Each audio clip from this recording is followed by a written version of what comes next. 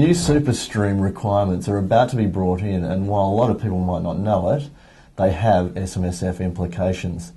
Joining me today is Class Super Chief Executive Kevin Bungard to talk about this issue. Welcome, Kevin. Thanks for having me in, Darren. So from an overview perspective, what will these SuperStream requirements mean for SMSFs? The outcome in terms of what the trustees get from this is confirmed information about their contributions, and instead of having to wait till someone reconciles the cash, and they may or may not get any sort of confirmation from the employer. Now they will get confirmation at the time that the payment's received and be able to match that off, and that's a great outcome from certainty around live reporting for a self-managed super fund. Obviously comes with that an obligation, and so what it means for the trustees is that they now have to do a couple of things. In particular, they need to register with a SuperStream provider, and then they have to provide some information to their employer. Right. And the time frame has changed a little just recently, hasn't it, as to when they need to implement these changes? It has. So the legislation still comes into effect from 1 July, but the ATO, learning from their experience of rolling in sort of SuperStream for the rollover market, they've adjusted their timeline for what they call an induction period, and effectively what that means, they've used their administrative powers to give leeway to the trustees to say that effectively they're not expected to comply until the 3rd of November now. It doesn't mean that you should probably still sort this out from 1 July, take advantage of getting everything in place, and then you can sort of move forward and not worry about it and have peace of mind. I think there's been a lot of effort to date to get to this point. It's probably better just to move on and get it registered for 1 July if you can. Okay. So in terms of that, what do SMSFs need to put together to comply with the SuperStream requirements? What they need to do is basically provide enough information to their employer so that the employer can discharge their obligations to have the data delivered electronically to them. They need to sign up with a service provider. In most cases, the administrator, the accountant or the advisor who's doing the administration will organise that for the trustees. The trustee will then be told that they need to provide what's called an ESA to their employer. They also need to confirm that the details about their bank account and the details of their fund, the ABN of their fund, are correct as well. But mostly the employers will have that information already, so the new piece of information is the ESA. And they just need to make sure that gets to their employer, that goes into their payroll system, and everything works from there. Mm-hmm. And what happens if they actually fail to do so? Look, at the moment, the ATO is taking an education approach to this. They want to make sure that the trustees and the employers and everyone else involved in the process have enough time to react and get things in place. So I think initially, not a lot. It will be a matter of, if your employer comes to you and says you haven't given me details yet, make sure you organise yourself at that point. But over time, I think what will happen is that the ATO will look at what their options are, whether that will involve using the penalties mechanism or whether that will involve them.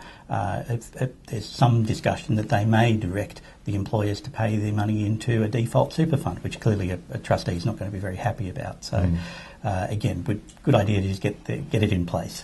Yeah. And product providers like Class Super, for example, are playing a critical role in this whole process, aren't they? Absolutely. I think in the self-managed space, all of the providers in the space are looking to make sure there's a solution available, and so the software providers are making sure those links are in place that they can deliver on a solution. The administrators, advisors and accountants involved in the space are making sure that they're getting out to the trustees and telling them that their solution's available. I guess one area that the ATO is concerned about is the DIY trustees, where maybe they're not getting that interaction with providers, they're not using a software package, and so there's a number of solutions that the ATO is trying to communicate out to those DIY trustees that they need to address this as a problem as well. So is there any need for administration software integration to get full benefit out of SuperStream? It depends on where you're at with your sophistication around administration.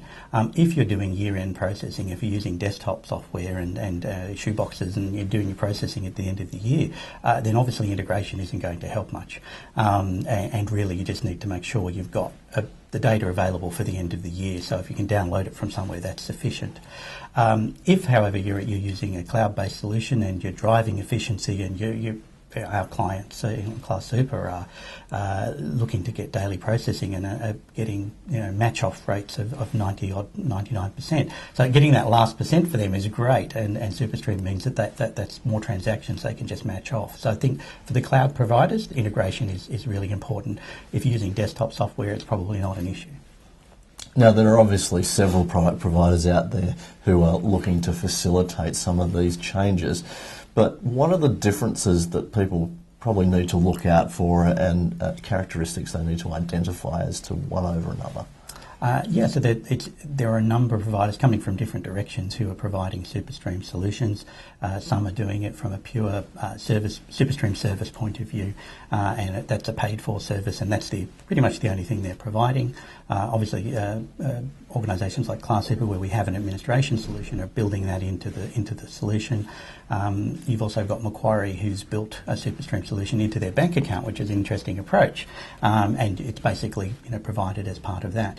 So I think the different solutions are coming at the problem from a different way. Most of them are trying to provide a solution that is cost effective and streamlined for the trustees. So I think there's a list of providers on the ATO site. You can have a look at those, look at the various features of those and work out what's best for you. But generally speaking, your administrator is probably going to give you some guidance there. And then, if it's a cost-based solution, you may want to look at that in terms of whether or not that's something that you're going to see some value from. As far as ease of use, and I suppose one of the critical characteristics might be portability, how important is that? I think portability is important because as a trustee, you really don't want to have to keep going back to your employer for any other reason than you've changed employer. Obviously, if you change employment, the new employer, you're going to have to provide details to them if they're going to be making contributions to your fund.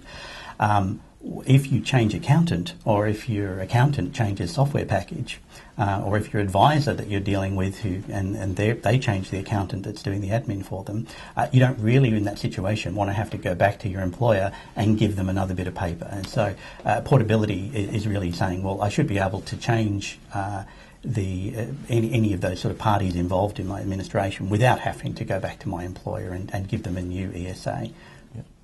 So is there a business case to be made for a paid SuperStream service?